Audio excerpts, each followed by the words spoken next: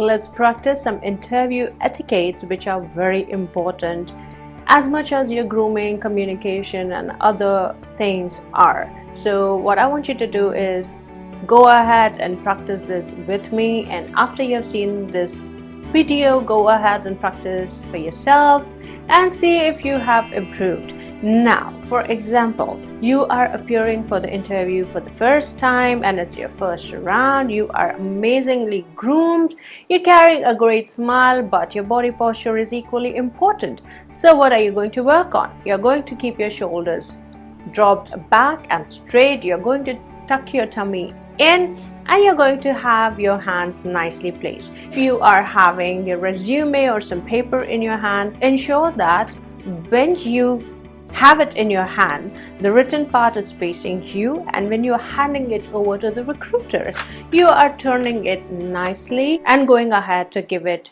to them. Now, with this comes very important etiquettes like knocking the door before entering. Even if the door is open, but when you are entering, ensure that you are simply knocking on the door. If the door is closed, you're knocking the door, absolutely great, and then go ahead and gently open it. Do not leave the door behind, just letting it bang. Instead, gently close it while you enter. Still, you're going to face the recruiters only. So once I have entered, I'm going to nicely close the door and enter with a smile.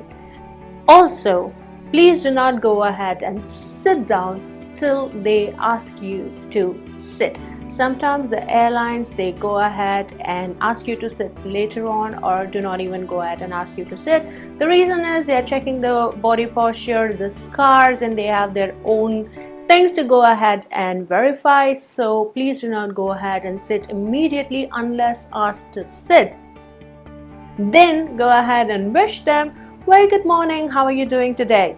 It sounds little more interested, confident, and more like a cabin crew. And when they question you back, do not go ahead with your whole story like, oh, it was difficult, excited, and all of those things.